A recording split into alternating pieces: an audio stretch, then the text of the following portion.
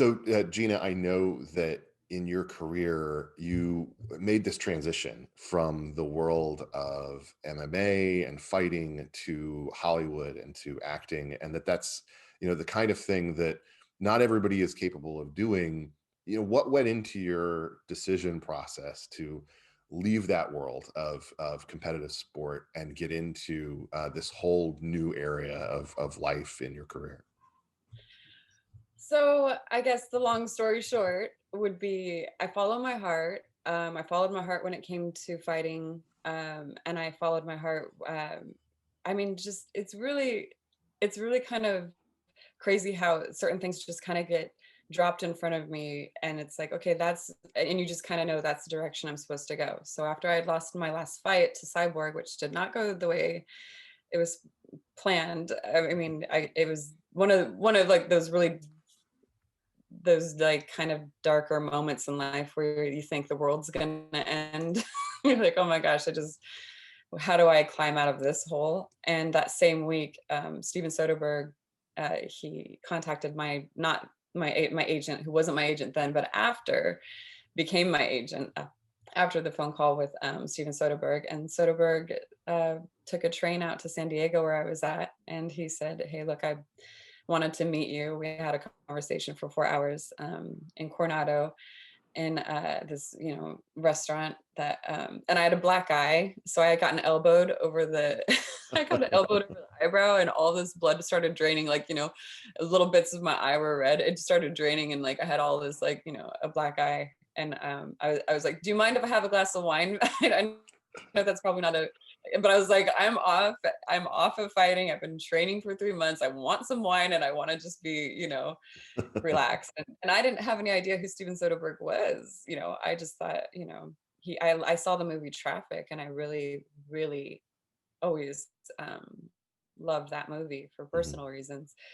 And so I was really excited to meet the man who made Traffic. And so he said, after meeting me, he was like, "Well, look, I want to do a movie with you, and there is no script, but it'll happen really fast, or it won't happen at all, and I should let you know in the next couple days." And then within 4 days, or below 4 days, he had two studios vibing for this project. That movie obviously is Haywire, which has a whole cult following among movie fans. Uh, I'm curious about the process of making a movie like that. You have this famous Hollywood director who's interested in featuring you, but you have to take on this, the main role in this whole thing. It had to be pretty intimidating. What was it like, and what did you have a say in terms of the way that movie played out? Um, I I didn't have a say in anything. I basically was this like baby. I felt like a baby. I felt like, I mean, I've got Michael Douglas, Michael Fassbender, Channing Tatum, Ewan McGregor, Antonio Banderas, all of these, all Bill Paxton, who he was my father figure. He was my father in Haywire. All these incredible actors around Angarano, and I never acted before. Mhm. And Steven so didn't want taking lessons. He's very unique, He's very he's the one that actually told me, "Look, I step out, Hollywood has got a very small box that they stay in, and I am barely able to step out myself, just barely on the outside of that box. But it's a very hard box to it's a very small group, basically." And he treads that fine line. And I realize there's never going to be an experience like that ever again. The way that Steven Soderbergh runs his set is so genius. And it like, and people told me at the time, "It'll never be like this again." And I'm like, I had no idea. I was with Michael Fassbender, and they all knew, "Hey, she's never acted before." And he put down a whiskey in front of me, and he's like, "Okay, Michael Fassbender is a saint and one of my favorite people slash actors to this day." And he put a whiskey in front of me. He's like, "All right, let's do this." And he was the first actor that I bonded with, to the point where, like, it was almost like I I needed him to be around in order to feel safe, because he was basically my acting coach for that. So Um, it was an intense, beautiful time. mhm. uh, I'm sure if you say you're still friends with Fassbender to this day, do you have an opinion on whether it was a mistake to not let him be James Bond? I've met so many people now that and I'm so biased as well, like I think Michael Fassbender, he would have been an amazing, and he still could, can he? I mean, they Mhm. haven't got the next James Bond, do they? Nope, nope, he still could. Um, I don't know if he wants to do that, because he may not want to. He may be beyond that now. but Um, he's one of he I have like a top 3, I think that would be cool James Bond. what's your top three? Well, okay, so Michael Fassbender, definitely. Uh Idris Elba, Hmm. I think he has just got all the swagger. Henry Cavill would actually be a great James Bond, and I think that he would knock it out of the park as well. So I think those would be my top 3 picks. Who would yours be? I'm not sure. I'm not sure I could do better than that. If you think about it, just speaking of Bond, you have been part of three of the biggest franchises in a period in which franchises are kind of king in Hollywood. And you've hit Marvel, you've hit Star Wars, you've hit Fast and Furious. Um, Tell me a little bit about what you think about film franchises and what goes into essentially telling a good story while working within the requirements that a franchise has, the boxes that you have to check and the things that you have to avoid. Well, I think that first and foremost, more than anything, and Ewan McGregor taught me this. He said, more than anything, you have to believe in the script and you have to believe in the director. So first of all, make sure that you love the script and make sure you're passionate about the script. And I didn't always take that advice in my life during, sometimes you're just like, I need experience. I need to just take a job. But when it comes to franchises, I think you need to definitely look at who's in charge of it. And so, and usually I find that the people that are fans of what they're doing, like for instance, Tim Miller with Deadpool. Tim Miller he's so passionate about Deadpool. Well, one of the big things about that, I think, is sort of generational. If you finally have people in charge of these projects that kind of grew up with them and appreciated them first as fans before ever getting the opportunity to work on them, I Yeah. feel like that has to change things. One other thing, though, that's different with franchise work is that there's all these people around them who are always trying to get the secrets, get the knowledge of what's going on there. It's very valuable to be able to put that Yeah. on the internet. Um, what were some of the experiences that you had working on these different projects where you had to be super secretive or not let anything slip or anything like that to your friends and Oh my gosh. The whole thing was secretive. And I didn't know that much about, Star Wars. I just knew, okay, I got this really cool job, and everybody around me was so excited. And because I didn't know what a fan actually of Star Wars really was. And I know now. um, I know now, one, by default, like it's like I play for like the team, like I'm like on the team. So that makes me a fan of it just by that. But I've gotten a more in-depth understanding of how people will, I don't know why people want to spoil secrets so bad, but like they would prop themselves up on the buildings around the studio and have and of course, like all of Lucasfilm already knows this. They're like, okay, yeah, so we have to wear these big capes. When we went from one, there's a couple, like 4 studios that we would work in, and we have to wear the capes in between the studios because somebody with a really long lens from looking at us, and that's how, like, that's how far some of these fans will go to get these spoilers. And so keeping Grogu a secret, like for the first season, was when you work for someone like Jon Favreau, and he comes to set and he comes to set every morning and he inspires the entire team about like what we're filming. He not only every morning he sets the base, but like he sets the base for every scene. He tells you this is not just a simple scene as you think, you know, and he makes everybody in the scene, you know, brings up their confidence, brings up their importance of their role, and you know, really kind of lays it out. And so when you work for someone like him, and I'm not sure, so like you want to keep his secrets. You want to make sure that, you know, this great man that you work for, which Jon Favreau is a great man, that you want him to be pleased at the end of the day. You know, you want him to get his surprised, and you want him, you're rooting for this person. And also Dave Filoni. So keeping secrets was not hard for me, because one, I was like, I don't really know what I'm talking about in the first place, but at the same time, it was easy because we just wanted to respect.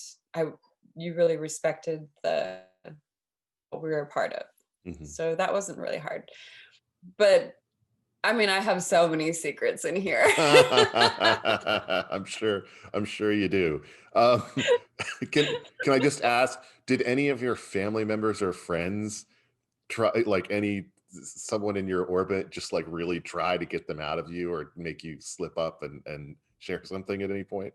My world to them, I don't think is that big of a deal. I think they're just like, they just love me and they're just happy. And every once in a while, like my mom told me over Christmas, she's like, oh my gosh, like I went into the dentist and then all these people are like, that's Gina's mom. And, and it's like, she's like, it's so weird, Gina. And I'm like, I know. And then she went into this toy store and she said, well, you know, I'm looking for, because she was looking for my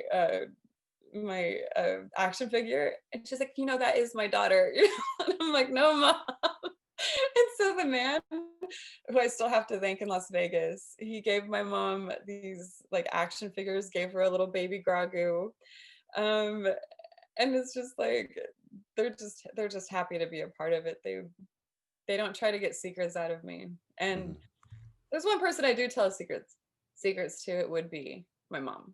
Okay. Well, She's a fault. she's not. I doubt that she's going to turn into a TMZ plant or something like that. So, You know who you have to watch out for is my grandma. oh really? My grandmother I mean, she's got a Facebook, she's got an Instagram. And so if like I post something on Instagram, I'll look through like the comments and I'll see my grandmother in there. I'm like, grandma. Like she's just cursing and just, you know, I'm like, grandma, please just don't look at the comments. Or she's upset with me if I post something like, you know, flirty, as she calls, you know, oh, you're flirting with the boys or something like that. And I'm like, grandma. And like she's my biggest troll. That's fantastic, and that's saying something. Oh my gosh, yeah, she's like, I'm like, grandma, don't work yourself up, don't. You know, so I posted this one Instagram where I was showing my legs, you know, and you know, because I just think it's really fun that we as women get to, you know, wear these these suit jackets with no pants, and we get, you know, I think that's so much fun. And so like I did this little thing where I was like, you know, and I was wearing, you know, booty shorts, so it wasn't a big deal. You know, my grandmother said, she texted me, she was like, okay, darling, next time you post something like that, I'm sending you the exact same picture. And so you're going to get my legs next. And I was like, I can't get That's away great. with it. She's 93 years old and she's the most aggressive person on Instagram. That's fantastic. So I'm curious about that whole balancing femininity and being an action star thing, and I'm sure that that's a question that you get, you know, pretty regularly. But there's this whole, you know, series of like female action stars where they they're very small and dainty sometimes, and yet they're taking on, you know, guys who are way bigger than them, who they, you know, they shouldn't necessarily be able to beat in a fight. you're someone who is not like that, Mhm. and so you actually have this physically intimidating presence. How do you balance that with still wanting to get the ideas of femininity into your characters? So so I've been like this since I was a little girl. Um, I just don't think about I don't think I mean, I don't think too much about like feminine or masculine. I think more along the lines of how do I make this shit look real? um and and something happened with the Mandalorian and that I really embraced myself because when I went in to go get the job that I didn't know I was getting, they were like, "Oh, you're meeting with John Favreau," and I was like, "Oh, great!" And I went in to go get it and have a conversation with him, and he was like, "Do you know why you're here?" And I was like, "No idea." And he said, "Well, you're here because we're interested in you're actually the first actress we've met. We're interested in one of our characters in the new Star Wars series that we're doing for Disney Plus." And I was like, like no idea. This is my whole life. Is like people are like, "Hey, we're doing this with you," and I'm like, "We are." Like I'm getting a better game plan now, but up until now, it's basically been like, "Wow, how did I get here?" And then when he walked me through the inspiration boards and he showed me my character, and she was a soldier, and I just grew up this way. My dad taught me how to throw a football. I mean, I can throw the hell out of a football. Um, I think that actually throwing a football helped me with my overhand right, which is, you know, one of my strongest weapons. Like I Yeah. feel like I've never. I grew up in Las Vegas. I also grew up the second child in between two girls or three girls. I didn't think about I didn't think about being feminine. I just know I love Pride and Prejudice and I love period pieces. And I also I love playing sports and Mm. I love, being physical. Like physicality is the way I express myself because I wasn't always very good at expressing myself through words. So I was a genuine, what they would call a tomboy, which I still love that name, whether it's, politically correct or not. I still love being a tomboy. I think then it became cool to be a tomboy, or then it became cool to to be what I genuinely was. When I was a tomboy, it was not very cool. It was like, why don't you look like your sisters? And why are you throwing the foot, but my family embraced it, and I ended up just being who I was, which I think is I think that's pretty cool. Like I'm trying to think of a version some of I'm trying to think of a version of Pride and Prejudice that would make use of your MMA abilities. By the way, when Keira Knightley got cast for Elizabeth Bennet, I said, "Oh, there goes my dream. There goes my dream of being Elizabeth Bennet." And I tell that to reporters, and like there's just silence. They're like, "What?" And I'm like, "Yeah, yeah." You I absolutely love the Colin Firth version. I watched it during quarantine, and I can almost recite every line. That's fantastic. I'm not surprised that that would leave some reporters speechless. All I've ever really wanted to do was be in a period piece. All I've really wanted to do was dance down some stairs and tap down some stairs. And, I love, classics and Casablanca and stuff like that. So I'm a little bit of a weirdo, I guess. Misplaced. No, I think that's great. I think I mean, again, you may not think about the balancing of femininity and strength, but that kind of goes to it. Um, the There aren't a lot of women though in Hollywood who have that kind of appeal. Do you think that that's something that is just a limitation of maybe director's vision or the like? Someone who sets out to sort of have a character and immediately thinks of someone like you for it. It's not something that seems to happen all that commonly in Hollywood. Why do you think that is? Well, I think that acting definitely comes into play with that. You take anybody from a different profession, fighting, even, music, you take people who are natural performers and perform on stage all the time, and acting is an art. So I think it really does play into that. Something that I think that I wish I would have done is picked my projects more, more wisely, I guess. Listen to what Ewan McGregor told me at the beginning and said, when he said, pay attention to the script. If you're in love with the script, then pay attention to the director. And then you've got something to work off of.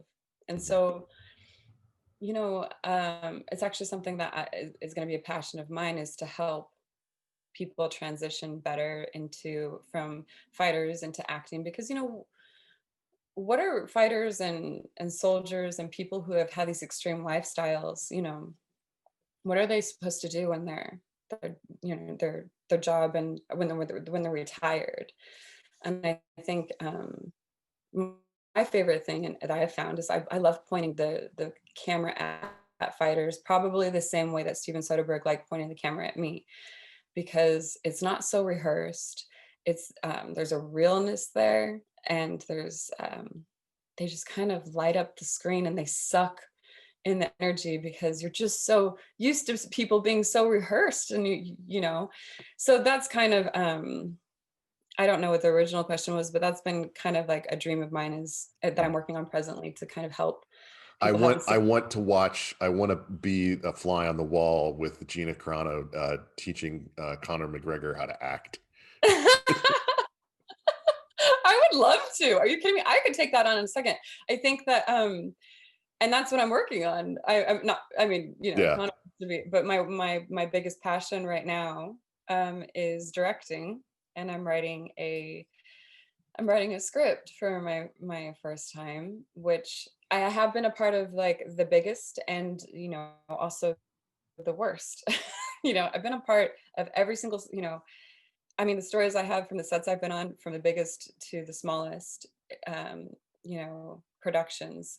I only know, and I'm only confident with a couple of things in life, but I'm very confident that I could direct a film, and that, um, you know, working with Jon Favreau the last couple of years, I realized you have to surround yourself with people that are eager to want to tell the story, to want to, whether they know what they're doing or not, they want to be a part of something, and they want to challenge this fear inside them that might, being on camera is very scary. So, so that's what I've been working on.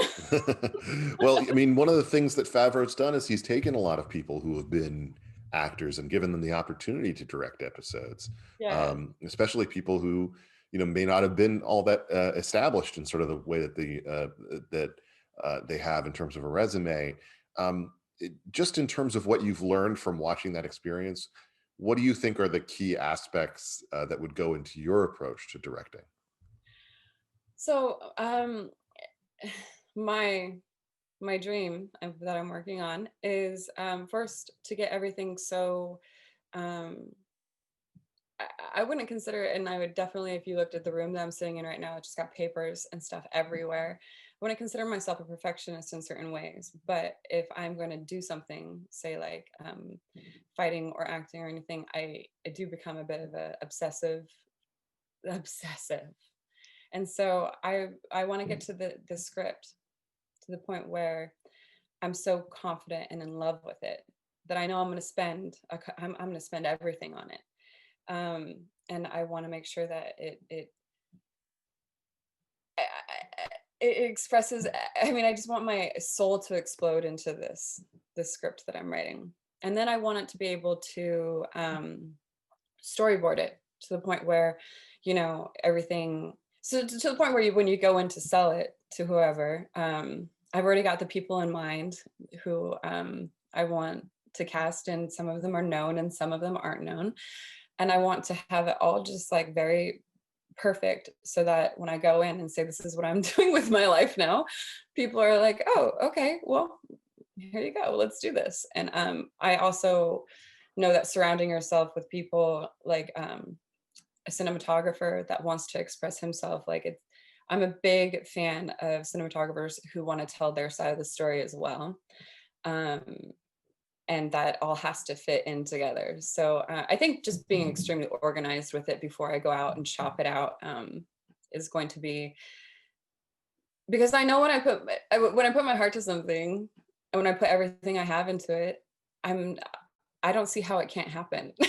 I don't see that no is an answer here. So as soon as like I have my script and as soon as I have my storyboard and as soon as I have my plan and as soon as I have everything in place, I'm able to maneuver from there, you know, like, okay, so this person or this person, you know, I'm able to kind of like balance that out. But I'm a little bit of perfectionist, and I that's what I think that's what I'm putting my energy into right now. There's a number of films and projects that you've been a part of that have heavy use of CGI. And obviously, you've also had to interact with people who have costumes that have helmets or that have, some kind of other thing going on with their faces. When you were looking at your competitors of the octagon, you could look them all in the eye. Yeah. Is it hard to imagine that presence at all, or is there any trick that you do to kind of imagine yourself in that position when you're looking at something that might not really be there or might not be able to for you to see in that moment the way you would in real life? So for instance, for like, well, one of the most intimate things you can do is look someone in their eyes. Um, like when I was doing mixed martial arts training at the very beginning, my coach then, we call him Master Toddy. I think he lives in Thailand and he's still around, but he was my first coach, my Muay Thai coach. And before each sparring session, before each training session, we would stand, you know, two people would stand this close apart, like, you know, just this far apart. And we would stay staring each other in each other's eyes. And then if somebody blinked, they had to do a couple push-ups, stand back up and look each other in their eye. Another thing is when growing up in my family, you know, every single time my dad would introduce us to someone, he would say, hey, you shake their hand and you look them in their eye. So looking people in their eyes is very important. So for the first season of The Mandalorian, you know, we got a mask on now, but I also have this other side to me that my mom has kind of instilled in me, is just this is like, you know, you feel things. My mom is a very, you know, spiritual person, and you know, it's also, you look at people's hearts, you know, and you feel people's hearts in the room, and that is so the first season of The Mandalorian, I was like, you know, just feel people's hearts, and this is great. The second season of The Mandalorian, especially towards the end scene, with me and Pedro, um, you know, like looking him, you know, the scene that they didn't show is when he looks back at me, and you know, I got to see his face for the first time, and I don't think they showed that. I haven't watched it all because I'm afraid to. I know that might sound silly. Why? Wait. You why are you afraid to? I haven't watched The Mandalorian yet. No, I watched the first season. I watched the first season. I wasn't ready to watch the second season. I know what happens and I know I was there. Well, wait a minute. Okay, wait. Is this so? I have actually heard about this. I have heard of a number of people who they are in things and then they can't stand to actually watch themselves because they will be overly critical. Is that Yeah. the reason? No, I know I need to watch it. I just You look good. no, well, thank No, but like you beat the crap out of some people. I'll just say I know. that. So I know I need to watch it. So for the Fast and the Furious premiere, I was like, "Do I have to go in?" And they're like, "Yes, Gina, you have to watch it." And I was like, "Well, can't I just walk into the building and then walk out the side?" They're like, "No, you have to stay and sit there." And I was like, "No." I don't like to watch myself. I feel like I get it in my head a little bit. So I'll watch it eventually just to see how I can grow from it. But I wanted to the more fascination for me was seeing other people enjoy it, the Star Wars fans enjoy it, and um, that's, I've met some of the most incredible people online in the Star Wars community that that have just, you know, everything that's happened to me this year, they've just gone to bat for me on their YouTube channels, and they've really just put their arms around me in a way that I don't think I could ever, you know, I don't think I could ever thank them more, because they don't understand like the support that they gave me through a really kind of difficult time in 2020, which um Well, so you've brought it up now, so I'm going to ask you about it, because I didn't want this interview to be about that, because I don't actually think there's a ton to add, but I want to ask you this. Do you think that you've been treated fairly by the media, or that your views have been treated fairly this year? Or do you think that you've become kind of, it's hard to say anything other than this, a punching bag for people who have very strong opinions about politics, or about gender issues or other issues, just because you've expressed an opinion that isn't completely down with the woke agenda that they seek to advance? well, I think that, I mean, every major actor that I've ever known has gone through a phasing period in the Hollywood press. And so in a way, you know, I mean, can you imagine like the Jennifer Anistons, the Brad Pitts, you know, like you know, everybody has gone through a phase of hatefulness or misrepresentation in the press, the Hollywood press to be specific. And so I guess in a way, I look at, I'm paying my dues here. I went through really an aggressive smear campaign, and I wasn't really I wasn't really asked for my perspective in any of it. You know, I didn't I wasn't I didn't want to take away, which is why we're doing this interview now, is and as opposed to, you know, maybe a month or two ago. I didn't want to take away from all the hard work that people put into The Mandalorian, because, you know, Jon Favreau and Dave Filoni and all of the people that work so hard, I didn't want to become the headline, which I didn't really mean to ever be. I wanted to just do interviews and, you know, be excited about The Mandalorian just like everybody else. But I think somewhere along the lines, I became problematic and more of like a person to, I mean, 2020 has been a difficult year for everybody to have a voice.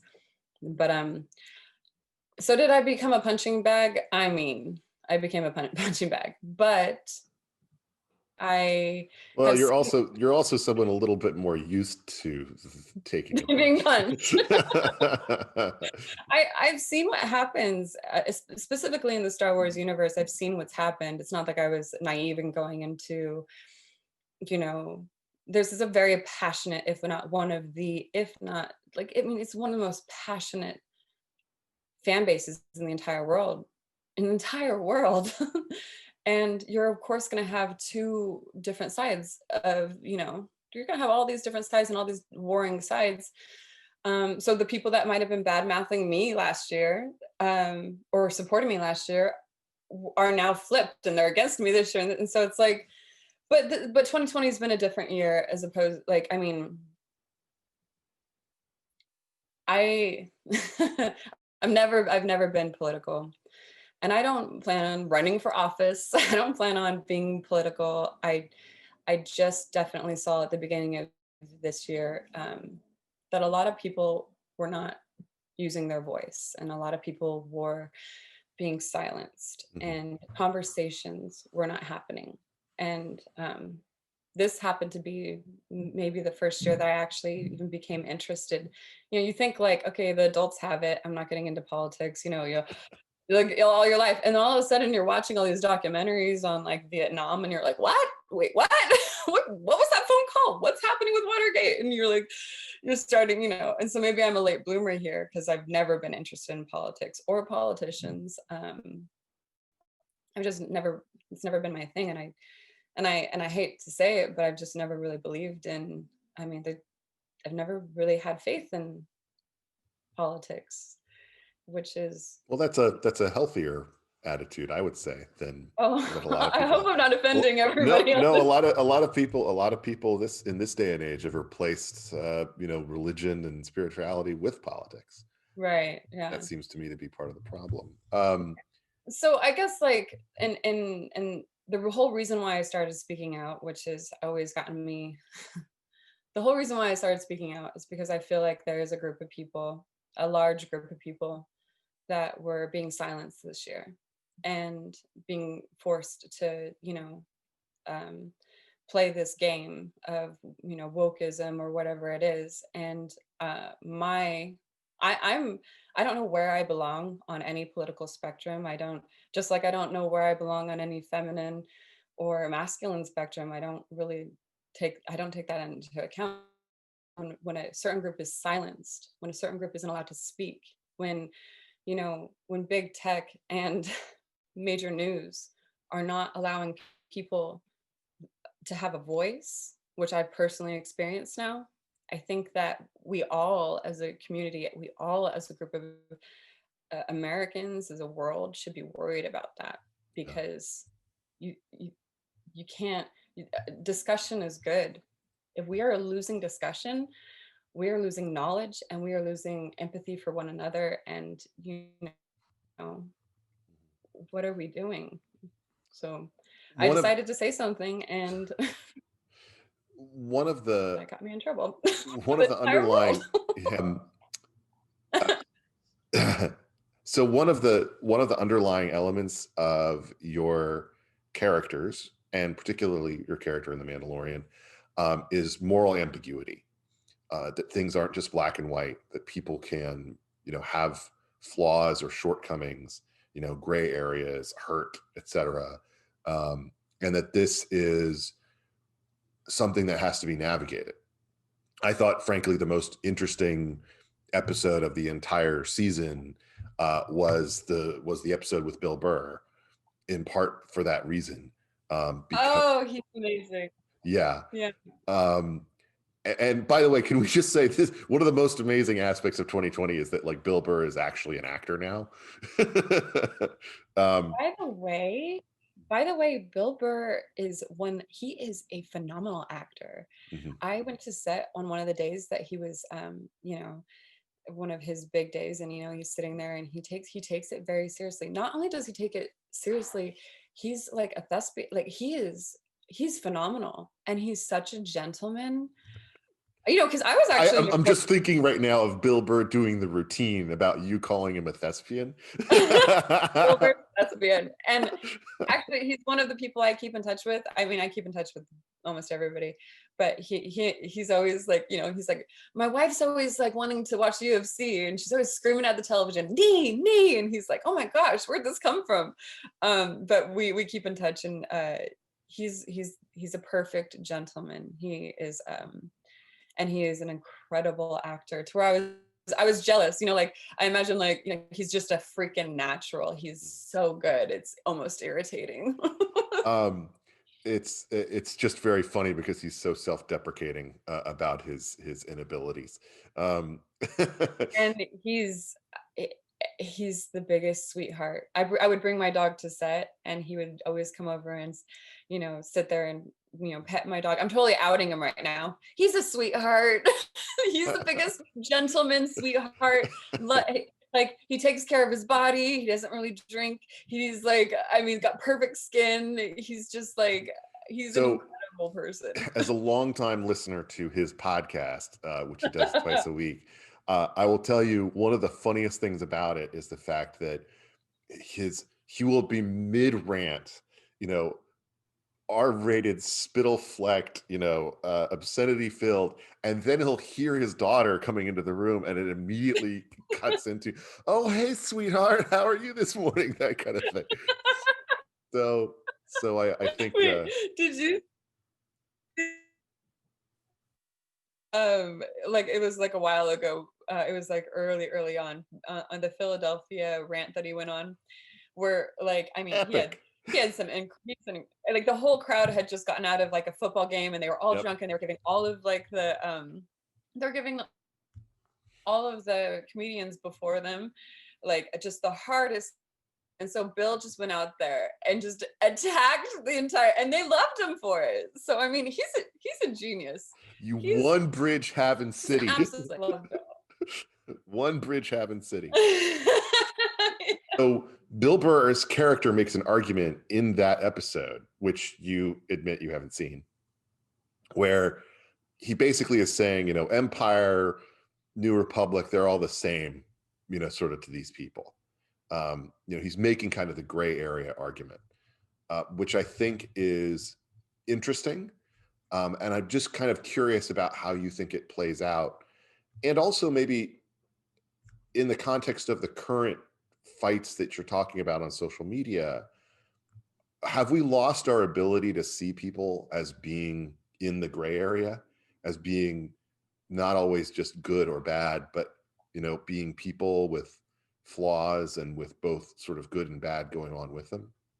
100%. We've well, I think that we've 100% lost the gray area, which I think most of us live in. And the way we lose that is by, you know, I mean, take an election year, for instance. All of a sudden, you've got so many extreme people pulling you one way or another. And, you know, if you say one thing,